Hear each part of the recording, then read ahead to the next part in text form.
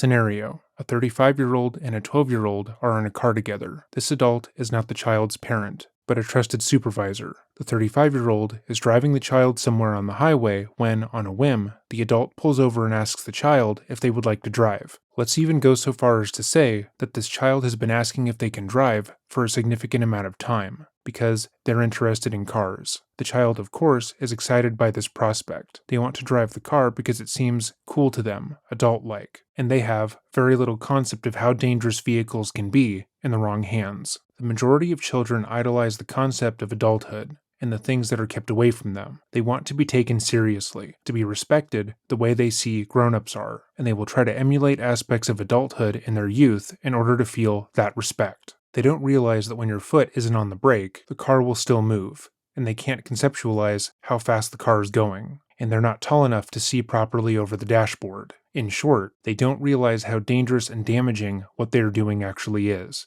and the car ends up crashing, with both the child and the adult being injured. When police talk to the child and the adult, they both have the same story, that being that the child wanted to drive the car on the highway, and so the adult allowed them to. The adult is insistent that what happened is not their fault, that the child was incredibly convincing, and that they simply couldn't say no to them. The adult claims that they have been going through an incredibly hard time in their personal life as well, making them susceptible to the child's incessant prodding about driving. How were they supposed to know that letting the child drive would end in destruction? In this scenario, who is responsible for the car accident?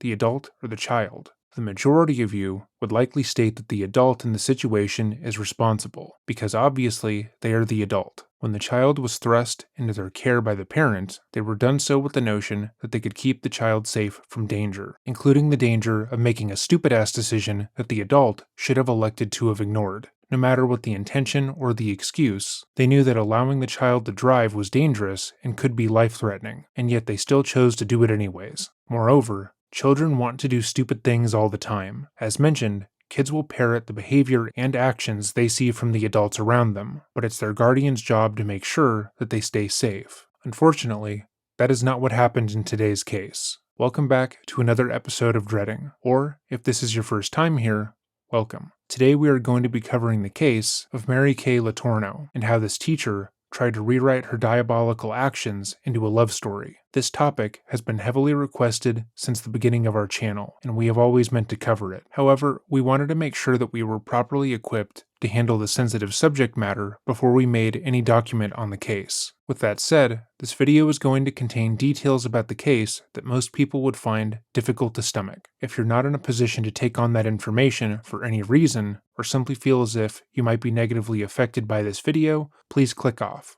Your mental health is important, and this warning is as effective as you want to make it. With all of that said, let us begin.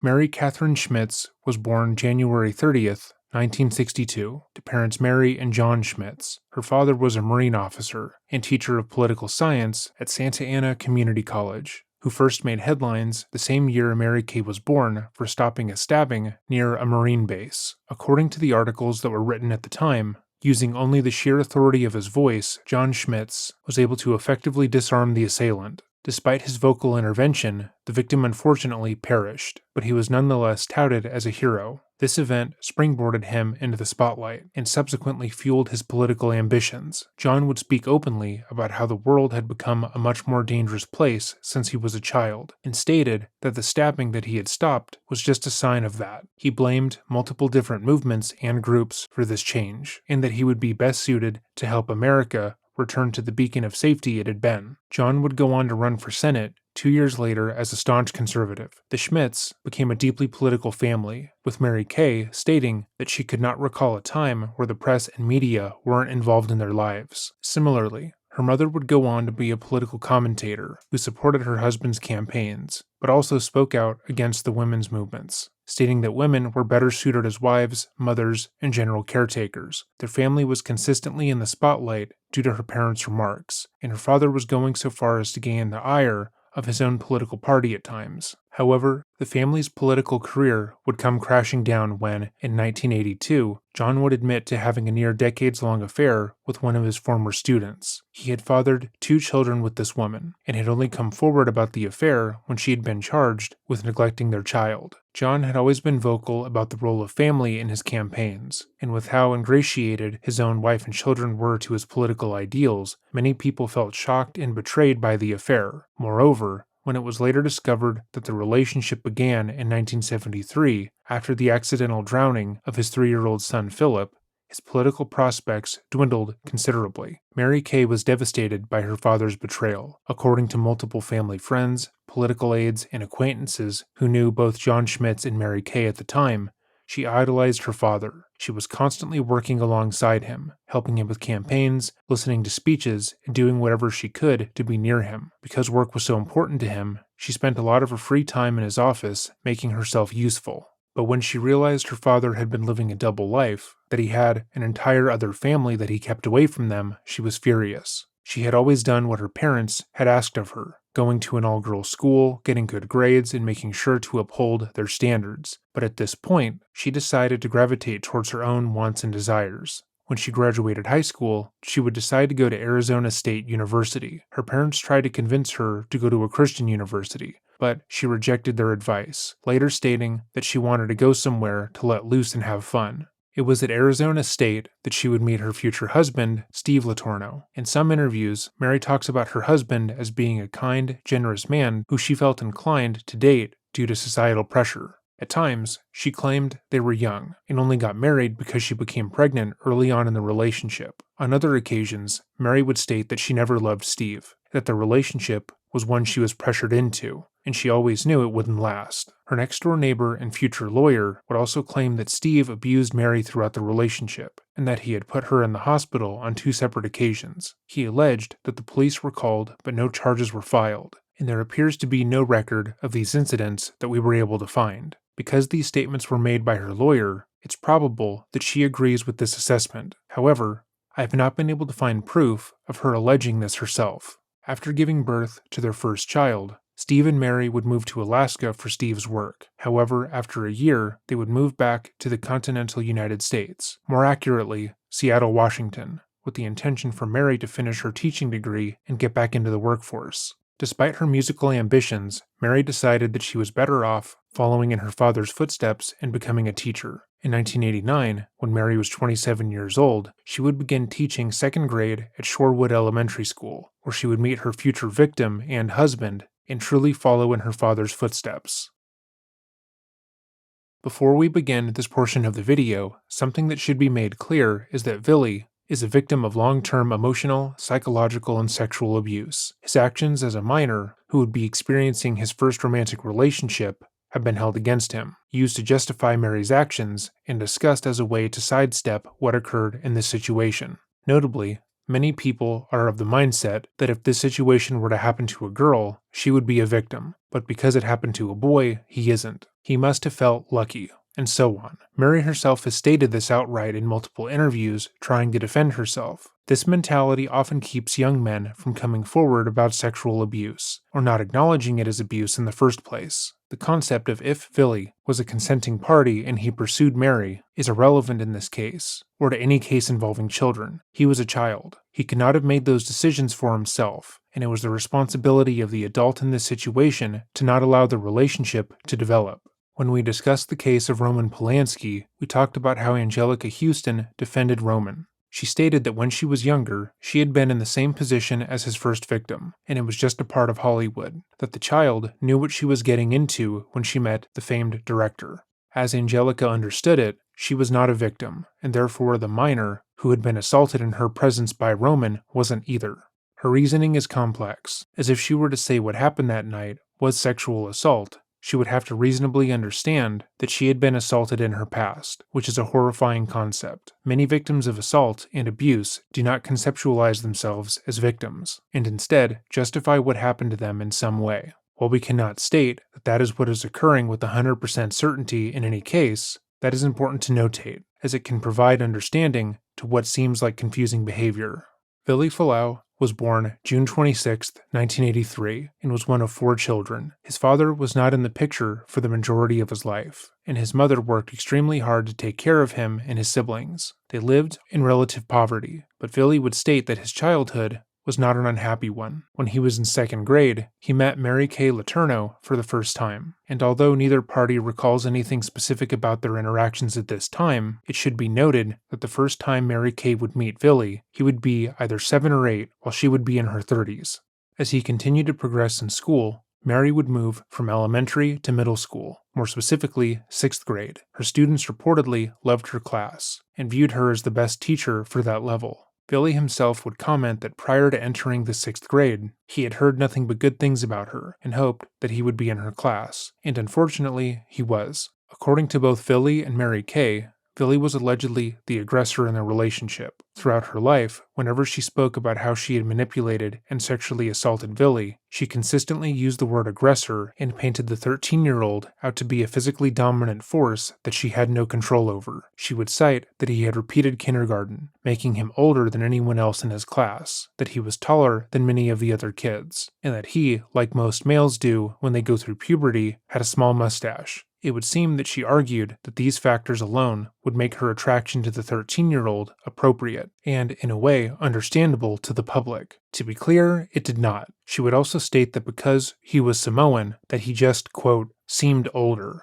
which is unfortunately not uncommon. Billy would go on to say that he began to pursue Mary as part of a bet with another classmate who stated that he could get any girl he wanted. Billy took him up on that offer and said that he could get anyone, even Mary. Following that interaction, he would approach his teacher. This clip is significant, as it flies directly in the face of what Mary Kay had stated before, that being that she never crossed any boundaries until after he stopped being her student, and that if any of them was inappropriate before, it was him and him alone. But to ask a child to, quote, hold on to their romantic feelings for you, an adult authority figure in their life, to keep them locked away until you can actually be with them, is inappropriate. The only acceptable response to this declaration would be to shut him down. Tell him that those feelings are not reciprocated and report what happened to the school and make sure nothing further develops. Her continued laughing and smiling while recalling this memory indicates that she still views this moment fondly. But what she is describing is textbook grooming. She liked Billy, a child, and didn't want to tell him no when he admitted to having feelings for her. She wanted him to continue to pursue her, to not let go of his romantic notions towards her, even though they were inappropriate. Instead, Mary Kay began to become a more prominent figure in Billy's life, which would allow the child to believe that he was building a significant romantic relationship with her. She would open up her classroom to him, helping him in ways she hadn't helped other children. She would allow him to stay after class to work on assignments, let him stay during recess and lunch under the guise of helping him with schoolwork, and even began giving him rides home. Mary Kay took advantage of the fact that Billy's home life was less than ideal. Because his father was not in the picture and his mother had 3 other boys to look after, Mary was able to present herself as a helpful authority figure in his life. Mary seemingly had the idyllic life, with her own husband and kids at home, which made her interest in Billy seem sincere and safe. But very few people had any idea of what Mary Kay would actually do.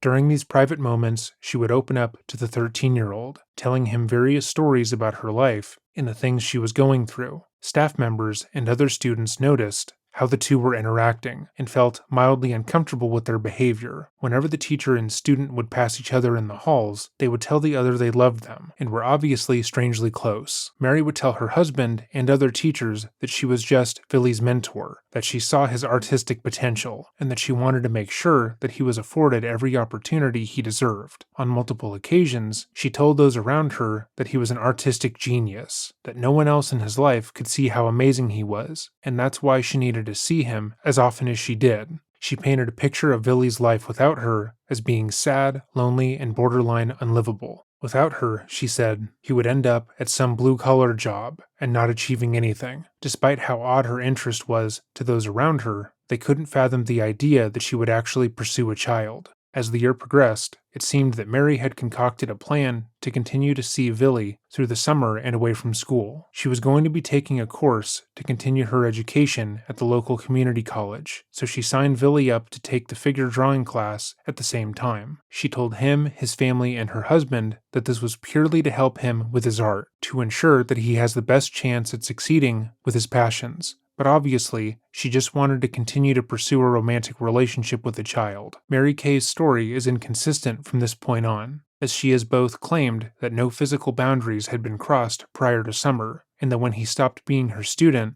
they had only kissed. Most regard the latter to be true, as when both Villy and her recount the story of their first kiss, she was giving him a ride home. He asked what she would do if he kissed her, and she responded that only a coward would ask. Which, again, to be clear, is her encouraging and pursuing the relationship. By this point, she had ample opportunity to tell Villy no, to say she was uncomfortable, and to stop seeing him privately. But she didn't want to do that. She was enamored with the attention that this child was giving her, and the power she had over him, so she continued to encourage his pursuit. After the two kissed, their relationship began to pick up speed, with Mary Kay and Villy calling each other at all hours of the night. Mary Kay's husband, Steve, would comment that he found this to be a little weird, but whenever he brought it up to her, she would immediately deny any wrongdoing, and continue to press that Villy was a troubled child that she was helping, nothing more. Mary began inviting Villy over to her home often, usually when Steve was out of the house,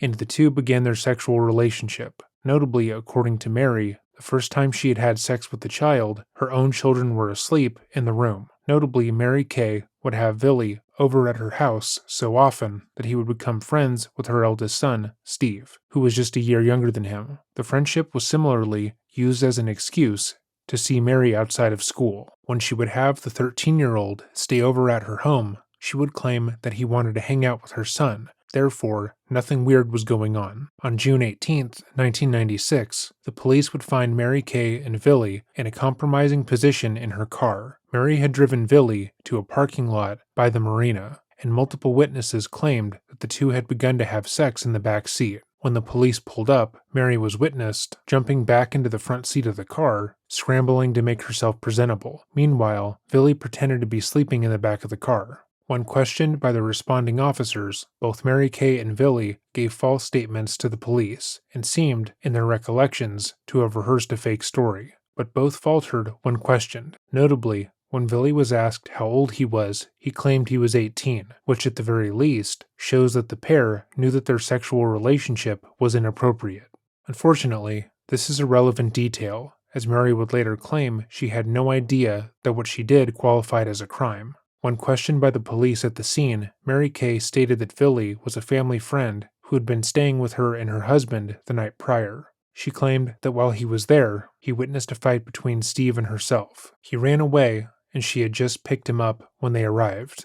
Both parties claimed that nothing inappropriate had taken place, and that any witnesses who had said otherwise were simply confused or didn't know what they saw. The pair were brought into the police station, and Villy's mother was called. The police gave her a brief synopsis of what happened, stating that they had found her son with Mary, but didn't divulge anything further. According to his mother, she wasn't told he was found sleeping in the back of Mary's car, or that he had given a fake name and age when questioned by the police, or that Mary had scrambled from the back seat to the front seat when police had arrived. All they knew was that Villy was found in the presence of a woman who she had come to trust with his safety, and that they were being questioned about that. They asked her what she wanted to do, and she told them to release Villy and Mary, as it sounded like nothing out of the ordinary had happened. Shortly thereafter, Mary would become pregnant.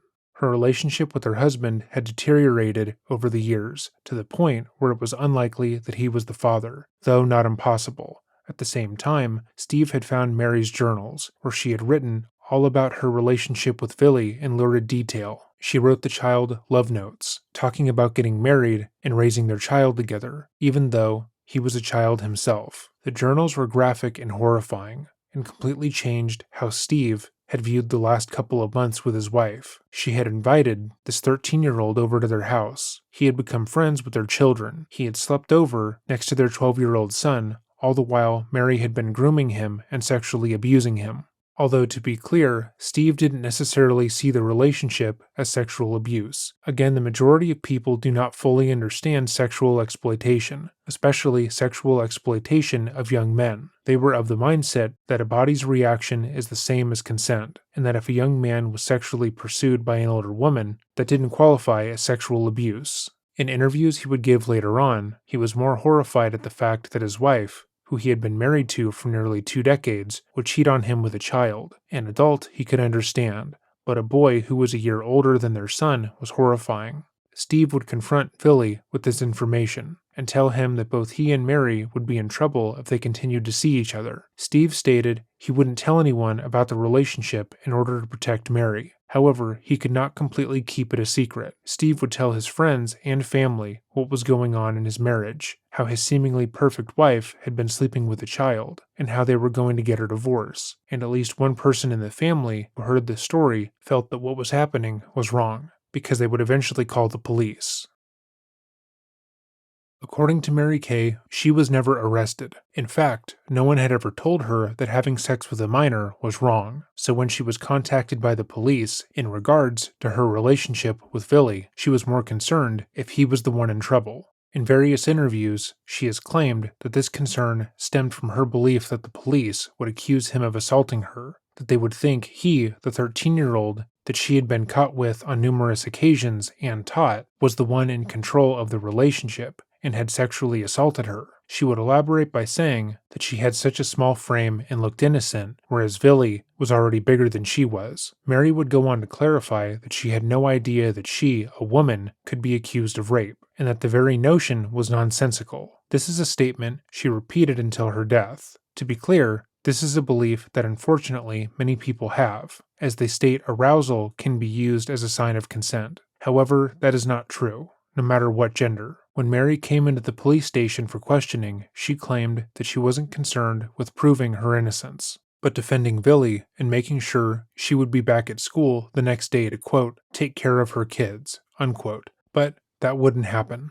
Once more, I have to recommend that you watch Autobiography Mary Kay Letourneau, which is linked in the description box down below, because it provides such an insight into the type of person Mary was. She's incredibly similar to Sherry Papini, not just in her appearance, but in the way she interacts with the world. She talks about her arrest and speaking with the police as if they pulled the wool over her eyes and tricked her into admitting to a crime, when all they did was ask about her relationship. The police, from what I have seen in this case, were extremely kind towards her and forthright with information. They told her exactly what was happening, that she needed to get a lawyer and that she was never going to be allowed to teach again because she had sexually abused a student. Yet she acts as if this was a ludicrous thing to have done. She balks at the assertion that she shouldn't be allowed near children because of her actions and tries to paint the police and the justice system to be monsters for saying so. To be clear, this was a woman who had groomed a minor and his parent into trusting her with his well-being, far beyond the scope of her job, as well as introducing this minor to her son in order to have him spend the night at her home without suspicion, and then sleeping with him, and had taken control over his life and decision-making in just a few months. The court system was not wrong for wanting to monitor her interactions with children, but from Mary's point of view, everyone was just making a big deal out of nothing. To hear Mary Kay discuss her trial and sentencing, you would think that she was being treated completely unfairly, that she was set up to fail, that everyone in the court system was out to get her, and she had no chance of receiving justice. However, that was far from the case. Many people were sympathetic to Mary during the course of the case, namely because she was a woman. Though people viewed the case as being strange and her relationship with Billy as being inappropriate, many argued that she could not have raped him because she was an attractive woman. Similarly, Billy stated the relationship had been consensual and that he was deeply in love with his former teacher. Very little regard or weight was given to the fact that Billy had been groomed and exploited, and many media figureheads applauded him for sleeping with his attractive teacher. Throughout the lead-up to the sentencing, Mary publicly stated she had done nothing wrong, that she didn't regret the relationship, and that all she wanted to do was get back to her normal life, to teaching. She seemed to believe, no matter what her lawyers or the courts told her, that she would be allowed to go free with virtually no consequences. Her lawyer would try to break the situation down to Mary, and eventually convinced her to plead guilty to avoid a lengthy trial. In multiple interviews given after the fact, Mary would say that this decision was extremely hard for her, but she was so self-sacrificing that she had wanted to ensure that Billy's family was protected and kept safe as much as possible. Their ultimate goal was to get her off on most of the charges and have her take court-ordered sex offender counseling without any jail time, but the prosecution was adamant that she should spend some form of time in the correctional system. Her ex-husband and family repeatedly stated that Mary was a wonderful person who did wonderful things, and that her actions with Billy were not exactly in line with what she had done. The lead prosecutor rebutted that assessment thoroughly, telling the media that anyone who sleeps with a minor is not what she considers to be a good person, no matter what qualifiers they state, which is accurate. While the prosecution wanted to sentence the former teacher to 7.5 years in prison, Mary Kay was able to take a plea agreement. She would plead guilty to 2 counts of child rape and receive 6 months in prison with a 3-year suspended sentence. She would also be required to take court-ordered sex offender rehabilitation classes. Mary Kay's lawyer went over the details of the plea, including the fact that she would not be able to contact Billy or their newborn child or her children with her first husband, or any other minor, and that she would be required to continue sex offender treatment outside of prison. Her own lawyer, the prosecution, her counselors, and the judge all verified to Mary that if she were to break any of the stipulations of her plea agreement, she would be incarcerated for the full 7 years, and she agreed. There are videos of her agreeing to this, and yet Mary Kay felt that that was unjustified. So unjustified that she decided she wasn't going to do it. In her mind, she wasn't a sex offender. She wasn't even a pedophile. She had simply fallen in love with a 13-year-old, which was entirely different. She continued to repeat that the relationship had been consensual, and that she couldn't have taken advantage of him because he was a man, and would later go on to claim that the laws surrounding statutory rape were outdated and meant only for men. She would expand on her opinions about what happened to her as being unjustified, specifically because in Washington, there's a specification that an adult can marry a minor if they happen to be married. She believed that this one loophole was a sign that the law is sexist and unjust, therefore should not be applied. What she didn't seem to consider is that that portion of the law is outdated. Most people would agree that adding a stipulation like that does nothing to change the toll that it would take on a child, and would gladly vote to remove that portion of the law. They would not, however, remove the other portions criminalizing adults having sex with children. When Mary went in for her first counseling session, her court-mandated therapist reportedly told her that she was never going to be the same person she was. She would never teach children again, and that she would likely never see her children again due to her crimes. She explained this to Mary in the form of a metaphor. She told the sex offender that she needed to think of things as if her foot had been cut off. She could get a prosthetic, learn to walk and run again, even run faster than she had before, but she should never think that she still has that foot. Many viewed this as a horrible, untrue, and entirely unkind thing to say. One let her know that this counselor was not to be trusted and should be ignored entirely. She would later state that from the moment of that first counseling session, where she was told that she should not expect to talk to her children, that she decided she was simply going to ignore what the courts had said. She told as much to her lawyer, who tried to explain to Mary that she had gotten the best deal possible, and unless she wanted to spend more time in jail, she needed to abide by their rules. But she refused to do that. In her mind, she was standing up for injustice, and she was not going to go down without a fight. Her time in prison was allegedly not great. She was kept isolated from the other prisoners for her own safety due to child predation, and repeatedly refused to abide by any instructions given by the guards. She carried herself as if she was the one in charge, and would spend a significant amount of time in isolation because of that. Moreover, she would try to talk to her children as often as possible, which again was against the terms of her plea agreement. She attempted to give her mother letters and messages to send to her kids, despite the court order. Her lawyer repeatedly informed her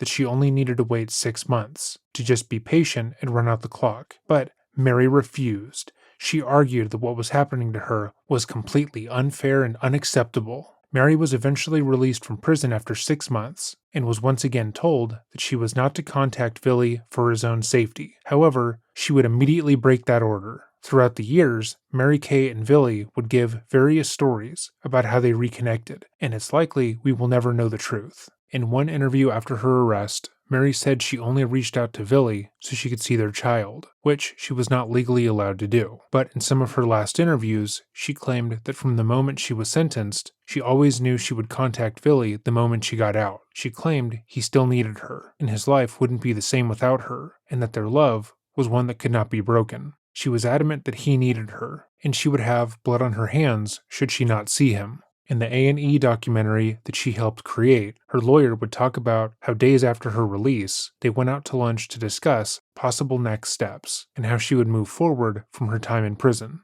During this lunch, she asked her lawyer if it was possible for the police to put a tracking device on her car. It was at that point, he said, he realized that she was going to be going back to prison. 2 short weeks after being released, Mary Kay was found once again in a car alone with Billy. The pair was mere blocks away from his family home, and when approached, lied about their identities and what they had been doing in the car, with Mary Kay going as far as to pretend that she was alone in the car. When the police realized who she was and that she was violating the protection order set forth by the court, she was immediately taken back into custody. Her car was promptly searched, and the police found over $6,000 stashed away, as well as baby clothes, her passport, along with receipts for clothing for an adolescent male. It seemed obvious, based on that evidence alone, that she had been planning to run away with her child boyfriend in the near future. However, when questioned about the uncommon items, Mary had an answer, as she always did. The money was simply for some cosmetic treatments that she had been wanting, as well as her pending divorce. Similarly, the receipts for the clothing weren't for her adolescent child boyfriend. They were for her, because she wore boys' clothes all the time. She was never able to provide proof of ownership for these items, so she was probably lying. But who's to say really? It's not like she's lied about anything else before this. Immediately thereafter, Mary Kay went back in front of the judge and was sentenced to 7.5 years. Mary once again thought this was cruel and unusual, and to the day she died, she regarded this penalty as being unjust. She stated that she was sent away, not because she did anything wrong by having sex with a 13-year-old, but because of the crass media circus that arose around the scandal. However, to be clear, Mary sexually abused a child for months, admitted to that, and had served an extremely light sentence. She served a couple of months in prison, with the only stipulation being that she would have to go to counseling and not talk to the child that she assaulted when she left prison, and she would have been free. That's a laughably light punishment for what she did, but she couldn't follow the basic instructions set before her, and did exactly what the courts told her not to do. There is no world in which she didn't deserve to go to prison, and the fact that she only got 7 years total is still ridiculous. While Mary was incarcerated, she discovered that she had become pregnant once more, with Billy's second child. While in prison, Mary Kay regularly tried to contact Billy despite the no-contact order still being in effect. She regularly made calls to his home, telling him that she still wanted to be with him, and that she saw them getting married one day. She drilled matrimony into his head, repeating that they needed to stay together, to be man and wife, and that if they were to get married, she'd probably get out of prison sooner. This notion was extremely important to her, that they needed to get married so she could get out of prison. Her life, she said, was in Billy's teenage hands, and she continued to try and pressure him into, quote, saving her. She was caught a couple of times trying to get letters out to him, and each one was inappropriate as the last. While Mary was in prison, attempting to manipulate the young man she had groomed and sexually abused from behind bars, Billy's life had fallen to pieces. His name and what had happened to him was everywhere, and there was virtually no escaping from it. He began to suffer from severe depression and turned to alcohol while he was still underage. He would go on to drop out of high school due to his mental health struggles, and by 1999, when he was just 16 years old, he would attempt to take his own life. He'd been deeply affected by what had happened to him, as any person would be, and he struggled to differentiate what was real and what was manipulation. In 2002, Billy and his family would sue the Highline School District in the city of Des Moines, Washington, for emotional suffering and lost wages. They argued that the school and the police department had failed to protect Billy, as there were multiple signs that something deeply wrong was occurring. For evidence, they cited how Billy had been found alone in Mary Kay's car by police, how multiple teachers and students had witnessed uncomfortable, inappropriate situations between the two, and how multiple witnesses had come forward during the media blitz, including teachers, to say they always knew something was wrong. These witnesses were everywhere when the story broke, taking interviews and discussing how they saw inappropriate behavior constantly, leading to the question, why didn't they stop it?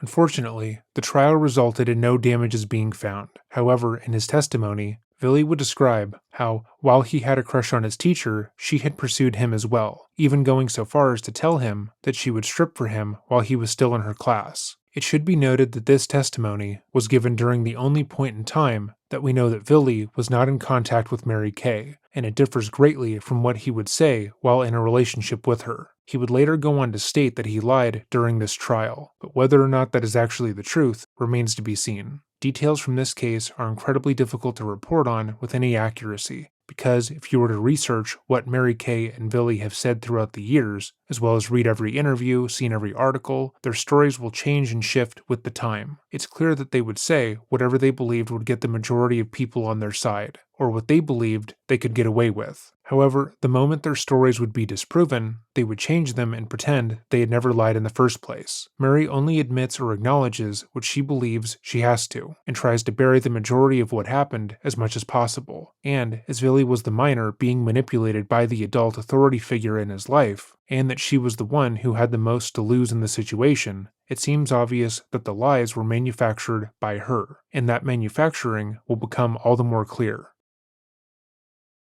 Mary was released from prison on August 4, 2004, and immediately reunited with Billy. He was 21 years old, legally an adult, and the two got back together. Mary stated that their love was an eternal one that cannot be broken no matter what, and she argued that their continued relationship not only proved that she was not a pedophile, but proved that the justice system was flawed. Mary Kay would go on to give multiple interviews throughout the years, trying to demonstrate that she was not the predator that people made her out to be, but they all fell flat. She would repeat that she wasn't attracted to children, only Billy, and that because they were married and adults now, everything was fine. Despite Mary claiming that the two were star-crossed lovers and nothing could ever get in the way of their romance, Billy would file for a formal separation from the Level 2 sex offender in 2017, although he would later withdraw that filing. In 2018, Mary created Autobiography, Mary Kay Letourneau, a documentary meant to tell her story, so to speak, about what happened. She contested that while some people generally knew what happened about her and the child she took advantage of, the media hadn't reported on the more pertinent, clarifying details of the case that would allow the public to see her in a rational light. A link to the documentary will be left below, for those of you who would like to watch it in full, as it does an incredible job at showcasing how abusive the dynamic between the pair actually was, and how Mary had spent years trying to twist what she had done into being a love story. She admonished the legal system, tried to argue that she was unfairly penalized, and while also agreeing that had she been a man, things would be different. To promote the documentary, as well as to try and convince the world that she was not a predator, Mary Kay and Billy did an interview with 7 News Spotlight, which left the majority of people feeling even worse about the relationship. A link to the full interview without commentary will be left below, if you'd like to watch it without any of my interjections. I will also be leaving a timestamp in the description box, so that if you would like to skip this portion of the video, you may do so as well. But with all of that said, let us begin. And I am sorry. As we'll see tonight, this is a family still grappling with the truth of what happened more than 2 decades ago, and who was to blame. No matter, what you might call this relationship, it certainly hasn't been fleeting. How long have you both been married for now? I think this year was 13. Yeah, 13, and then 2005, 6, 7. Okay, yeah. About 13 years. 13 plus, yeah. That's quite incredible. Has that time gone quickly, slowly?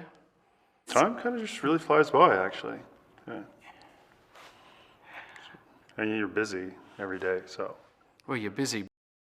Pausing here initially, we can already make some observations. Firstly, and most notably, Mary Kay is extremely performative in her demeanor. That's not to say she is being false or lying, but there is a sense of showmanship in how she is acting. When she's remembering things, she looks up and to the side, whispering to herself in a way that you would usually see in a sitcom geared towards children. Her head and upper body is hypermobile when she talks, as if she is on stage acting for the back row. Again, she hasn't said anything that is untrue, per se, but she is very engaged in performing likability here, and it comes across as exceedingly unnatural. Her smile never meets her eyes, and she beams at the interviewer when it doesn't feel appropriate, especially when compared to Billy. Billy's behavior is in direct contrast with Mary Kay, as he comes across as entirely nonplussed about the interview. He isn't performing and he isn't incredibly engaged. In fact, he doesn't seem like he cares about this at all, likely because he doesn't. It's Mary Kay who has put herself and their family in front of the media for years,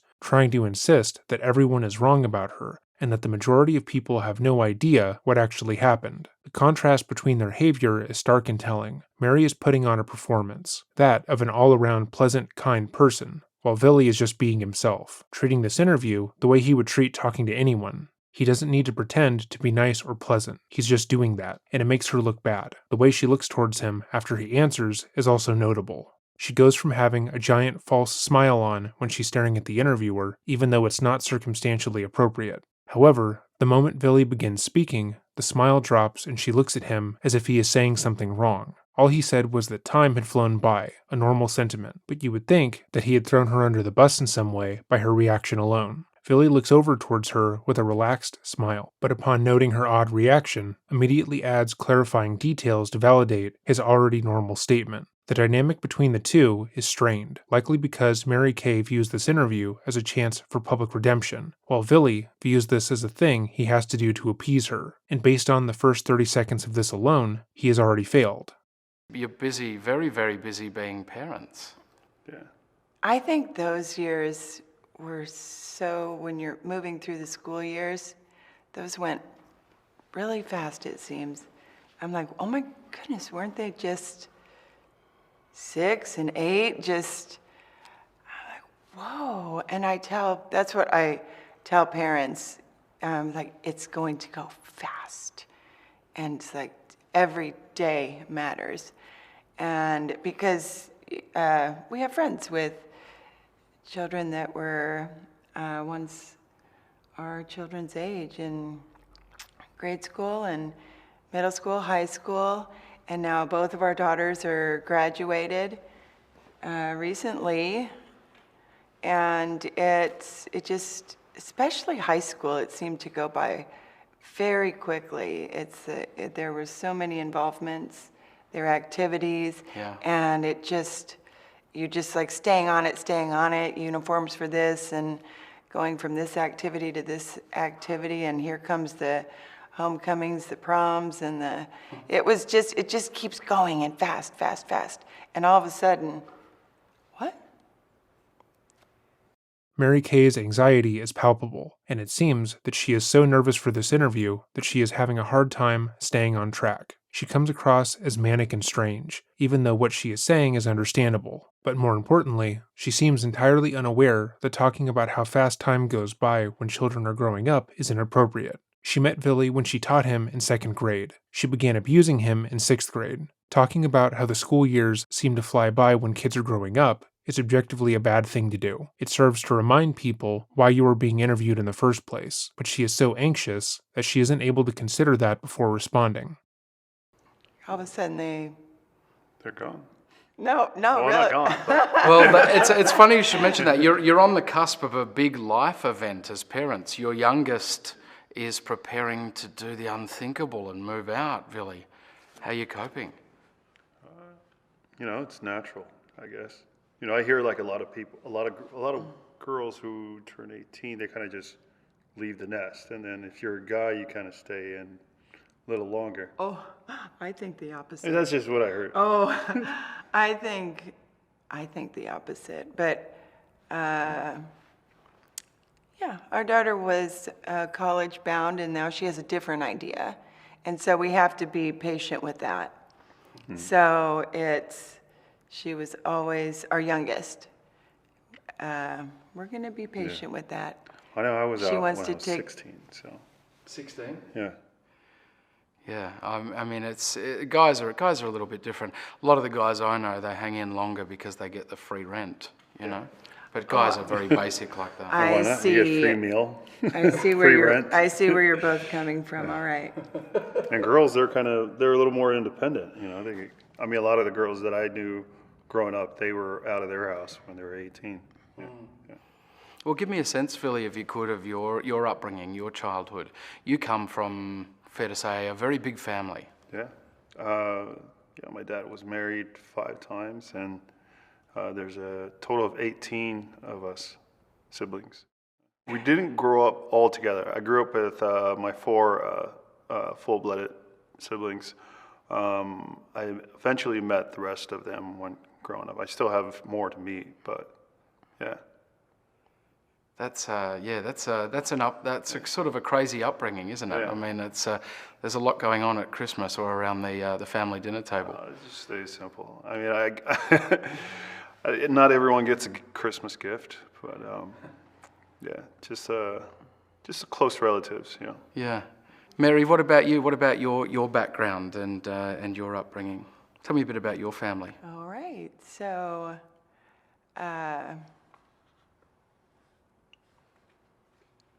my father was married once.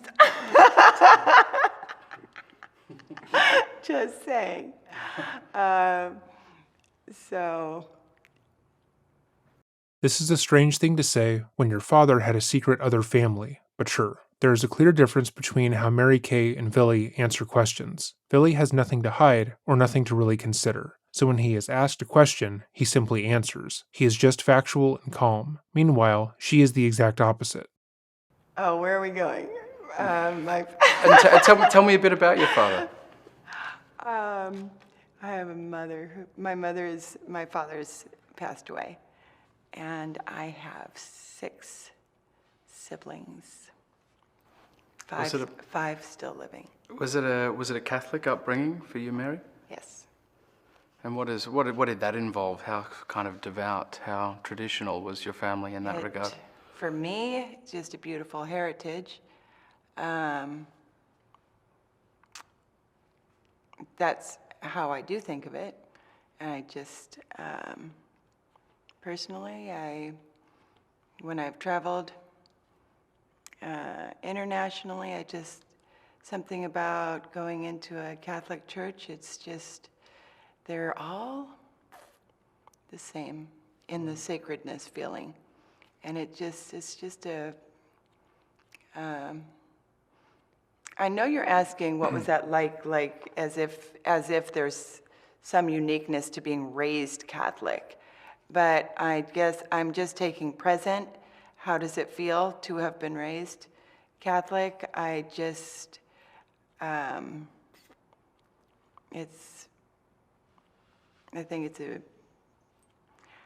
think of it historically, because it's not just that I was raised Catholic, it's both of my parents are from a Catholic family, and back and back and back and back, so that's why I say a heritage.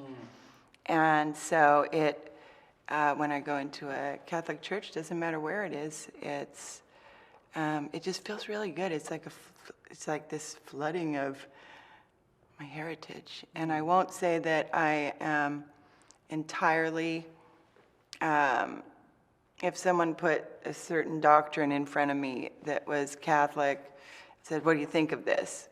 It doesn't mean a lot to me. I'm more, I shouldn't say it like that. I wouldn't say, because that's like rules, the doctrine of the Catholic Church, and I'm more appreciative of the roots of the Catholic Church, which is really just the core of Christianity. People think there's a difference. Really? No, And there that could be a there whole isn't. separate lengthy discussion. No, I'm just saying, no, there isn't. You know,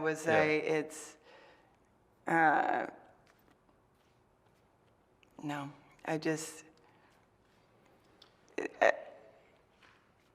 I'm not sure what your question was, but I think that you think that I think you're asking about if there was a uniqueness, if I think there was a uniqueness. Let me ask.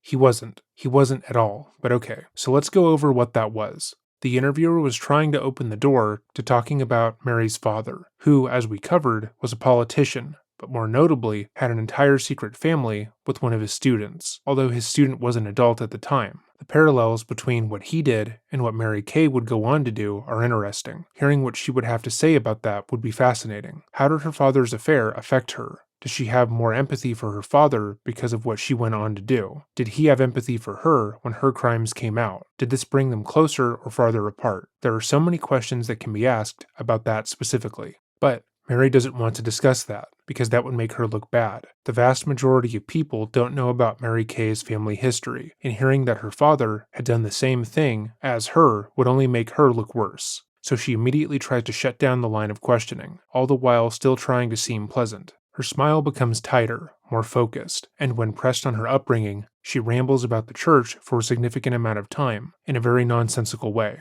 We usually see this kind of inane rambling in the interrogation videos we analyze, as the stress of the situation causes people to seek momentary relief by distracting themselves. It's clear that the line he wanted to draw was to her father, how it was a strict religious upbringing, but he had an entire other family on the sidelines. That's his goal with this question, but Mary then tries to spin it as if he's making an indictment on the church as a whole, which he isn't. All Mary had to say was that her childhood was mostly normal. She had 6 siblings, loving parents, and was raised Catholic. Had she not wanted to talk about her father, she could have sidestepped the question by focusing on what a good dad he was, how she helped him on his campaigns and whatnot.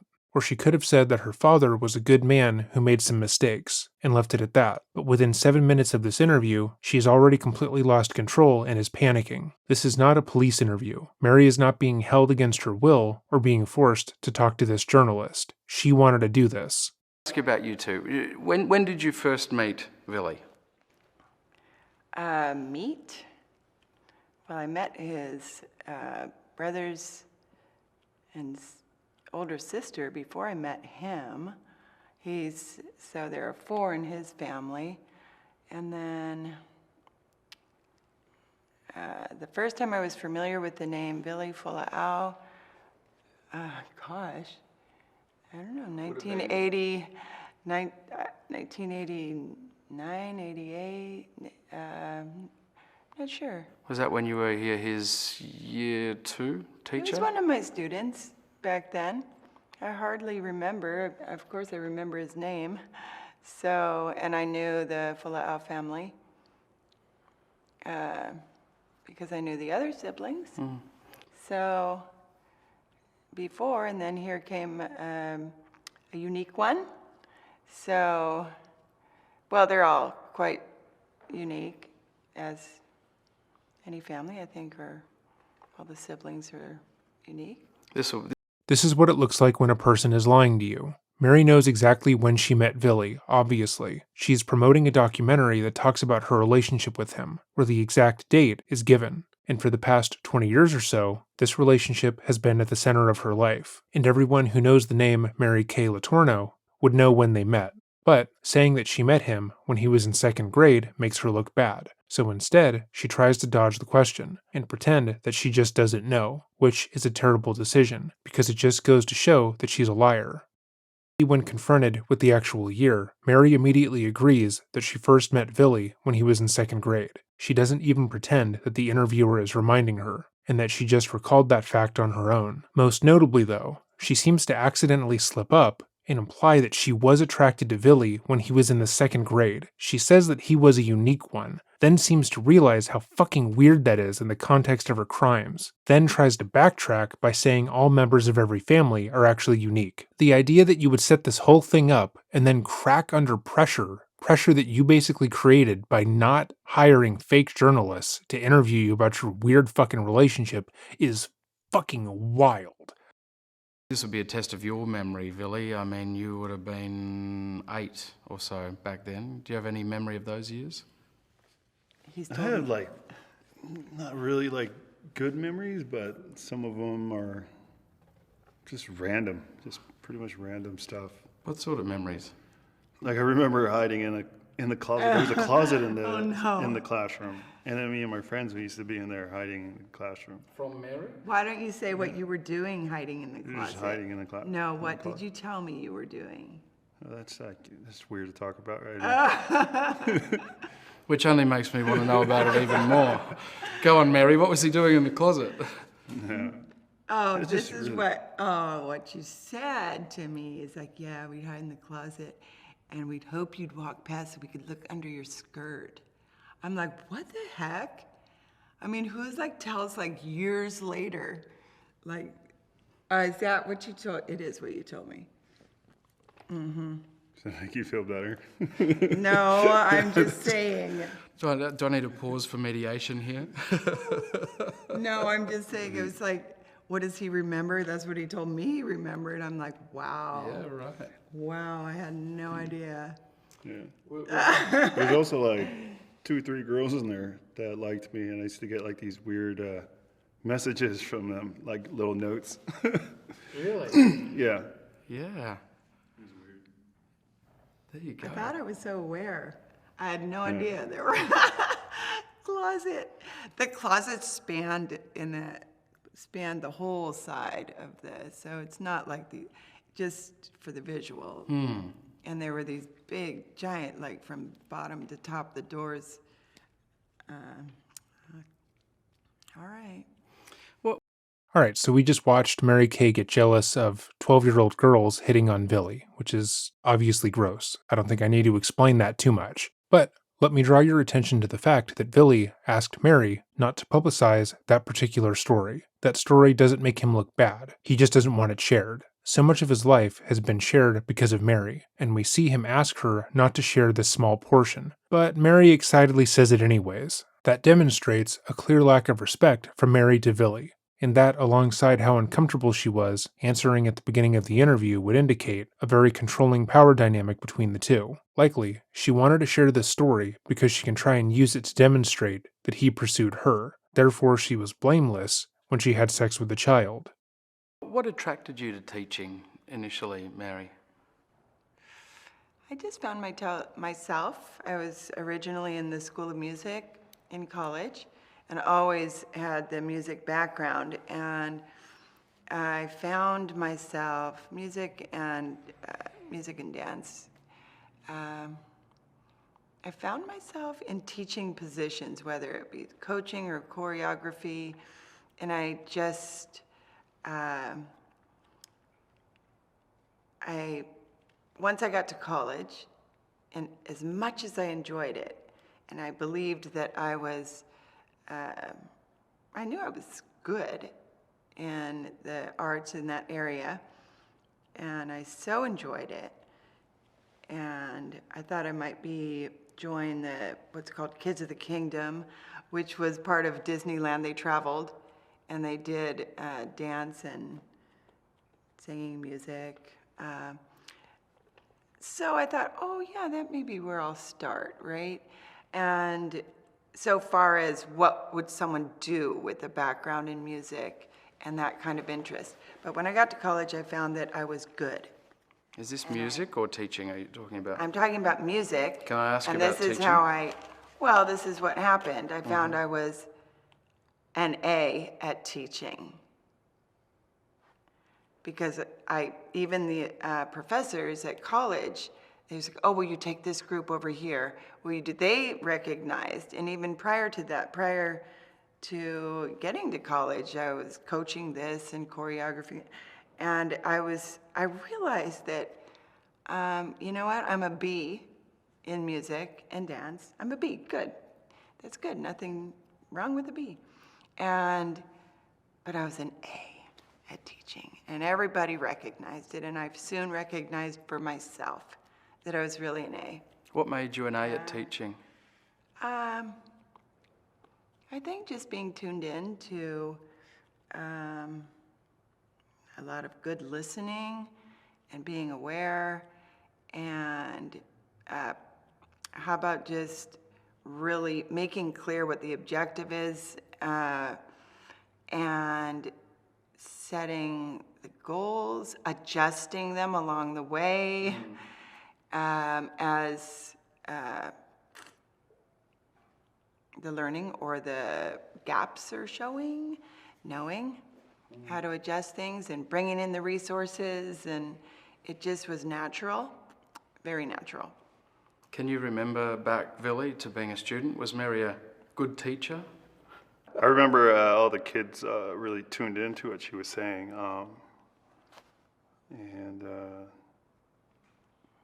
Yeah, I don't really know what to look for and what a good teacher, what a good bad teacher is. For me, a good teacher would keep my attention.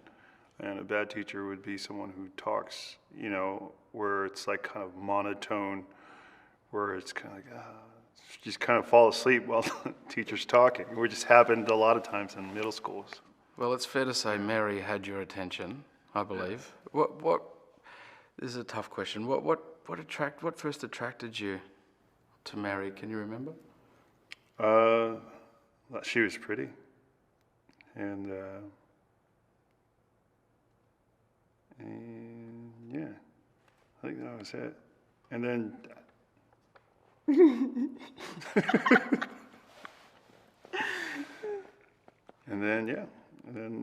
I don't know. I kind of like that she drew a little bit. She taught some art stuff, and I thought that was kind of cool. And then I think like in 6th grade, we kind of connected on certain things. Kind of like saw common views on stuff, life, and Similar interests. yeah. How Villy talks about Mary being his teacher in the early stages of their relationship is telling, because it's incredibly indicative of his maturity at the time. For nearly 2 decades at the time of this interview, Mary had stated that she loved Villy because he was mature and pursued her, that he was a young man, not a child, and that he was wise beyond his years. But when he is allowed to speak for himself and vocalize what it was that attracted him to her, the most he can honestly say was that she was pretty. Even when he tries to expand after seeing Mary's concerned look of disapproval, he is incredibly vague, saying they bonded over life stuff and shared interests. What life stuff? What interests? We don't know, because there was likely very little that these two had in common, because he was 12 and she was a mother of 4. So Mary, when did you first realize, I have feelings for a student?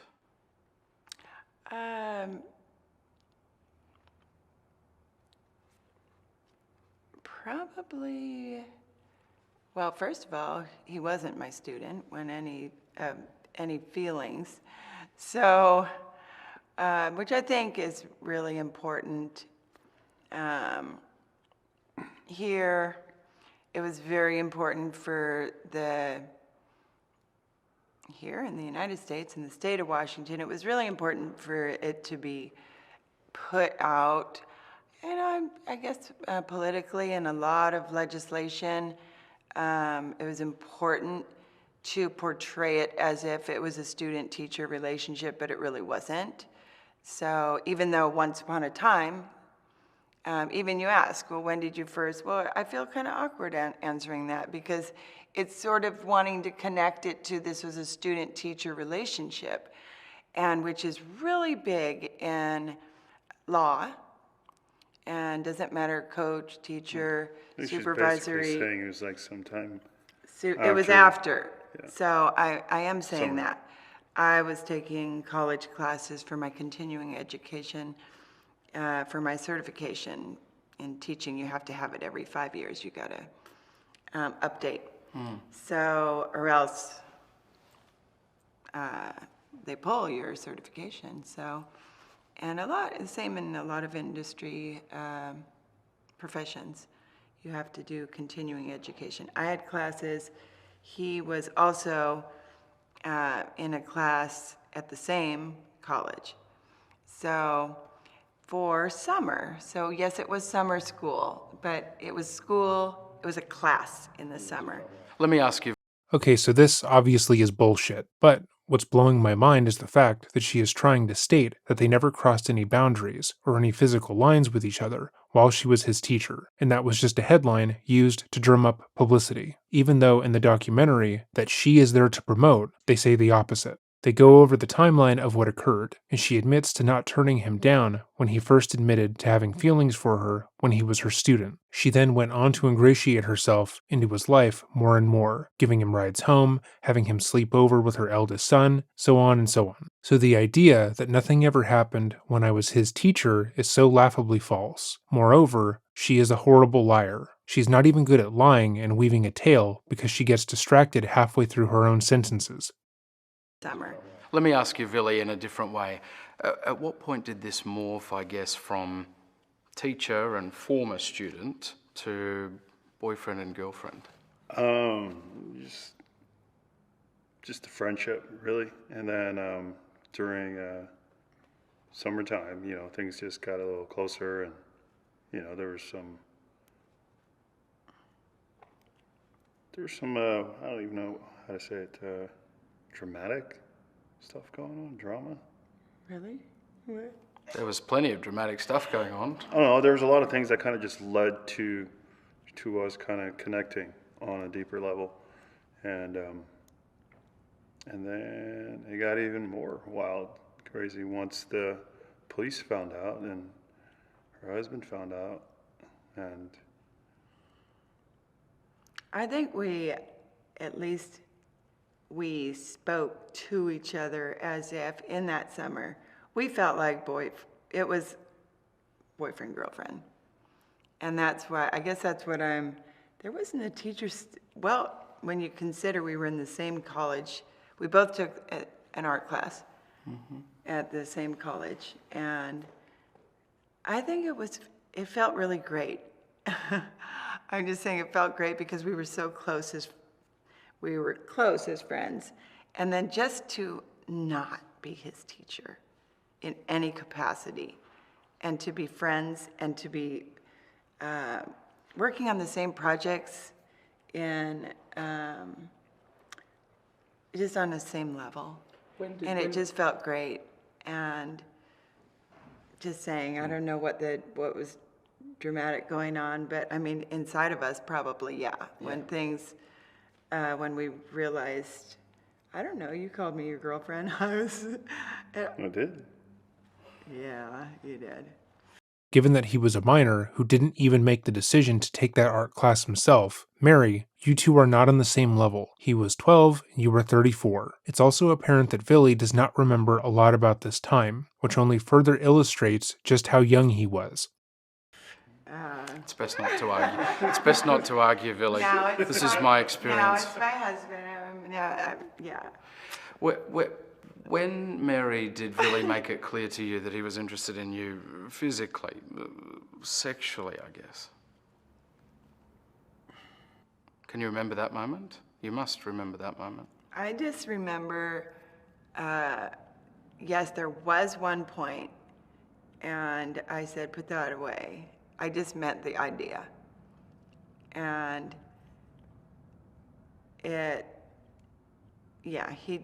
there's a story about that. I don't know how much time we have, but. How did that idea manifest, Billy? What did you say? I don't want to talk about it. Oh,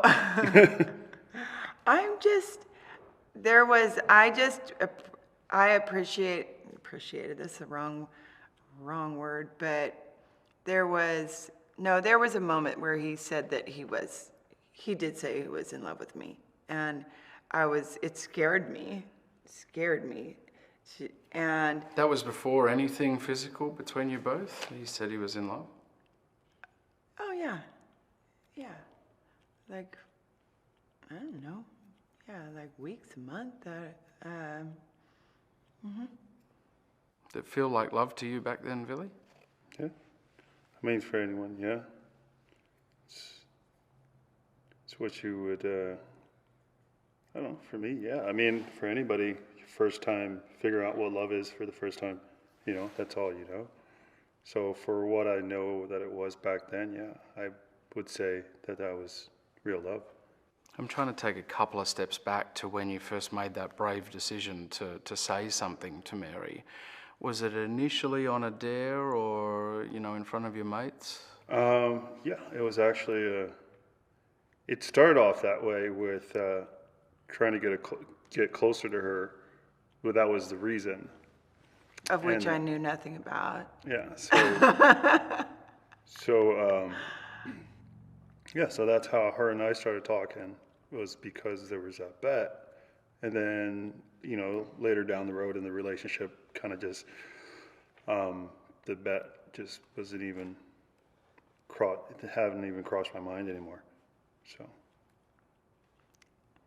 Well, so one thing, and I think this is an answer to your question. It was, and I still think about this moment, and still, because I remember well, I'm just saying, every time I think about this moment, you remember when you came to me to write, you said, wait. And this was when it was a very, very end of the school year. And I don't even think school was really, I think it was basically done, things were closing up, but I was on my way out the door, and he said, wait a minute. And he said, how old do you think you're going to be when you die? And I said, I was really excited because I'm going to talk about my grandmother, right? And I know I just said my mom's going to live till 100, but my grandmother, which is not even her mother, my father's mother, she really did live to 103. And so I was really excited because he had never asked about my grandmother, or any, thing maybe beyond my parents. And I said, well, I'm going to at least be 100 because my grandmother right now is 100. And I'm most like her. And I started talking about how she still teaches piano, and she was 100, right? And I was really excited inside that he was interested in, I don't know. I was excited to talk about my grandmother, and he cut me off, and he said, well, if you're going to be 100, then I'm going to be 80 because I'm not living another day in this world without you. And I just was like, It's a pretty romantic thing for a teenage boy to say. I said, you just said that to me? But at the time, we were just close. And I was, a little tiny bit of me was like, you just cut me off. I was talking about my grandmother. And I mean, if someone asked you to talk about your grandmother, well, I guess you didn't really ask me. I thought it was an opening to talk about my grandmother, which I was proud to talk about. If you extrapolate the age forward like that, it makes it sound better, right? But, back then, 34 and 13, did you have a sense that what you were doing wasn't right? This portion of the interview is strange because a lot of things happen in quick succession. First, when asked if they can recall when Billy approached Mary, he is once again direct in saying he doesn't want to get into the details of that. He is polite and straightforward, and he sets the boundary that he doesn't want to discuss that any further. Again, this kind of firmness stands in direct opposition to Mary's behavior, as when she doesn't want to answer a question, she will still try and answer it in a roundabout way. But instead of respecting Billy's wishes, she laughs and begins to divulge the story that he just asked her not to. Billy knows that this interview is going to be aired. He knows that this documentary is going to stir up speculation about their lives once again, and he is trying to support his wife while also protecting himself. But at every turn, she refuses to let him do that. She does not respect his autonomy, which should go without saying, given that she began assaulting him when he was a child. Hearing him say, putting the grandmother aside at just the age. 80 and 100. Well, what about back then though, 34 and 13? I was just thinking about 80 and 100, if you want to know the truth. No, a part of you was thinking about, part of you must have been thinking, Mary. You, by all accounts, everyone in Des Moines says you're one of the best teachers going around, a fierce intellect. You must have known, such a smart woman, that something wasn't right about what was going on at that age. Well, just know that there wasn't any thought or any idea that something was going to happen. So no, there wasn't a thought about, we were just, even when he said 80 and 100, I was just thinking, you're so right, I don't want to live another day without you either. No, it wasn't a thought of, oh, and we're going to have children, and there wasn't a thought like that. It was that type of a closeness that you're so right. I don't want to live another day without you either. After watching every interview Mary had done throughout her life, reading every article, reading her book and all of that, it has become clear that she really doesn't seem to grasp the weight of what she did to Billy, or why it was wrong. She tries to justify it by saying they never crossed any physical or emotional boundaries until summer, when she wasn't technically his teacher, and therefore nothing was wrong. But let's say that is true. It isn't, but let's pretend this stupid-ass shit is gonna make sense. Her relationship with Billy was still wrong. Her taking him under her wing, signing him up for community college courses, driving him around to and from school, having him bond with her son so she could see him more, giving him special attention in and out of the classroom, that was also wrong. That is not indicative of a great teacher who just loves her students and wants to see them thrive. It's characteristic of a predator grooming their victim. Even what she says, how she was deeply interested in his art, that she saw him in a way no one else in his life did, and that he needed her to reach his fullest potential. She was forcing him to rely on her, making it impossible for him to have boundaries with her, because she was so ingrained in his life. His mother was busy with work, so he needed Mary. He wanted to learn how to draw, so he needed Mary, and so on. She gave him this special attention because she wanted to sexually exploit him, and for her to say otherwise is ridiculous. So even if everything that she says is accurate, she would still be a predator. She just believed her predation was justified because they ended up being together. Their dynamic, at least from what we can see, is not a healthy one. And, not to jump ahead too much, but in 2020, after formally divorcing Mary, sources closest to Billy stated that he had begun unpacking their relationship and realized it wasn't healthy from the start. Even if we were to give Mary all the benefits from every single doubt, she is still a predator. What's fascinating about your relationship is that it has endured. That separates it from anything else that might go in the what people would call teacher-student space. But I think what I'm trying to get at is a sense of back at the time, at its inception, before this had evolved into something like love. Wasn't this just a physical relationship between a woman and a man, or I should say at that point, a little boy? Well, you shouldn't say a little boy. He was 13. I know, but you shouldn't say a little boy. Well, a teenage boy. Well, some people are incarcerated in this state at age 13, and they're treated as an adult, and they're not called little boys, and they get a life sentence. So when you put it in that perspective, so it's like, which angle do you want to come at? Those are special circumstances, usually stemming from extreme examples of heinous crimes, and many people debate whether or not that is justified. She routinely does this where she thinks she's going to destroy people with one unrelated, irrelevant fact, and it never works. It just makes her look like a person who is trying to justify sexually assaulting a child, because that is exactly what she's doing. It's also notable that Billy never seems to back her up or agree with her line of thinking.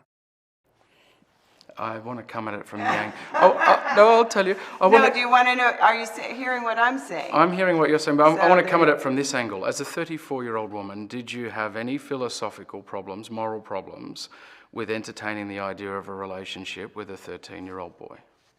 Well, I wasn't entertaining the idea, and that's my point. But you clearly were. Eventually, we both. And did you have any pause at the time, thinking, Mary, stay away from him, this isn't right? What I thought is, he doesn't understand that I have 4 children and I have responsibilities. That's the only thing. And you have to keep in mind that now it's 20 years ago, and sure, in the last 10 years, all across the world, the laws have changed, and you'll even see, ever since Mary Letourneau, but see, that was 20 years ago. Now everybody has their eyes open and is aware, surely, I hope every teacher, and forget about even the teacher part, I would hope that every adult that's a female, regardless of being a teacher, would know, after my situation, pay attention, because there are laws. You might think when you're in a world, we were close, and no, we weren't thinking about those things. No, I wasn't. There were no laws back there were no situations. No, there were laws. There were laws, Mary. The law was statutory rape.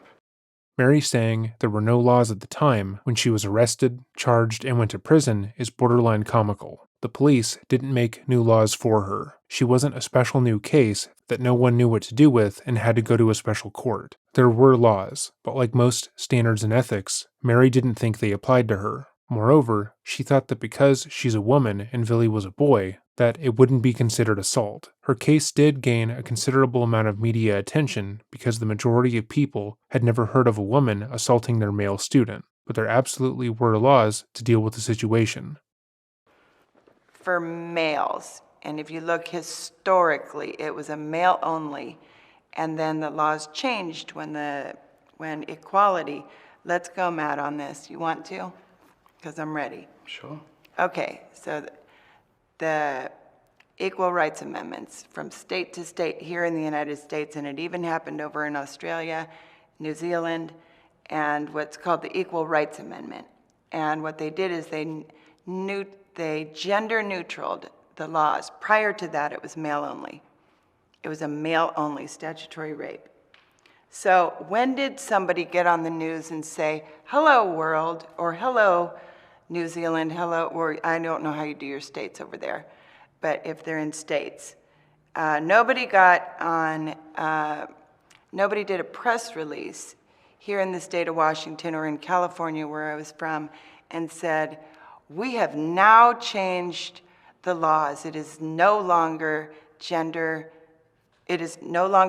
specific, a male only.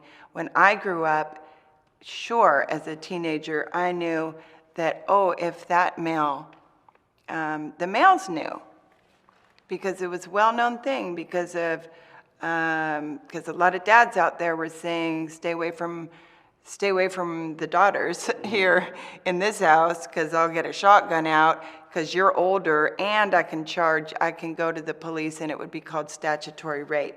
I don't care if you love my daughter. You're 26, you're 30, whatever you are, and my daughter's only 16, 13, 15, whatever.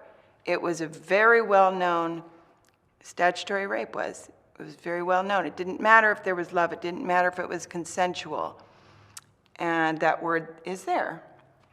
Statutory, meaning it doesn't matter if there's consent.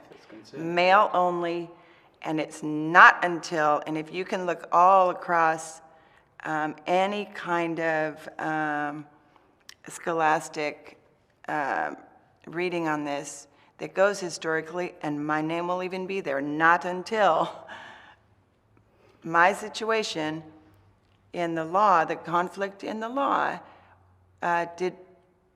So are you saying there was confusion about the law at that time, or that you didn't understand Nobody the law? knew it. Who knew it? Who knew it? But you knew. No. Mary, come on. You knew that it was not right, even if it wasn't black and Maybe white. morally. If you didn't have the maybe statutory morally. papers there, Morally. you knew. Morally, that's what you're saying? Morally. No, I'm saying morally and legally. Not the legally part, no. But you were such a smart person. One, I'd never even been in a courtroom. Yes, I am a smart person, but I'm like hyper-focused in my areas. So you're saying, Matt, I'm a smart person, I'm revered as a teacher, but I just didn't know it wasn't right as a 34-year-old to be with a 13-year-old? Sorry, I just didn't know. Not in a criminal sense, but I thought, first of all, you just said teacher again. And well, you were his teacher in second once grade. upon a time. Yeah, okay, you keep going back to that. Not at the same. I'm not saying it Yeah. happened then. I'm saying Yeah. at one point you were his teacher. Look, I'm not trying to get into semantics over that. I'm just trying to accept. In the end, you stood up in court and pleaded guilty to 2 counts of child rape. To some elements. 2 counts of child rape. Well, the only thing that title is a deterrent, and I'm glad it's there as a deterrent. Now I understand the laws in general. Yeah, but I don't the want to talk about title. the logistics of the law, Mary. I mean, you stood up and said, yes, I did it. I did something wrong. No, I fit the elements that equal guilty to the elements, and we don't have to. If you really want to go into like the. Let's see, where do we want to go on this? I just want to see. I'm trying to get a sense of whether you think you did anything wrong. At the time? At the time and now. Okay, I want you to also respect one thing.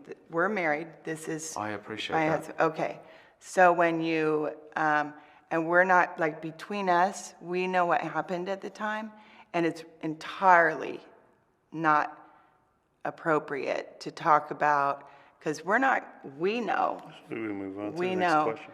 No, I'll just. But isn't it This portion is extremely illuminating, as Mary almost uses the fact that her and Billy are married as the ultimate excuse. I was going to say, get out of jail free card, but that doesn't work in this case. She's trying to insist that because the two are married, that any question of how they started their relationship is off the table and disrespectful. She's saying, sure, it's wrong to sexually pursue a child, but that child is a special case because he became her husband. This is something that many predators have done, and it's why many victims end up in long-term relationships with the person who exploited them. When you're being groomed like this, the adult will usually emphasize just how special the child is, how they feel so emotionally, spiritually, and romantically connected to them in a way they never have before.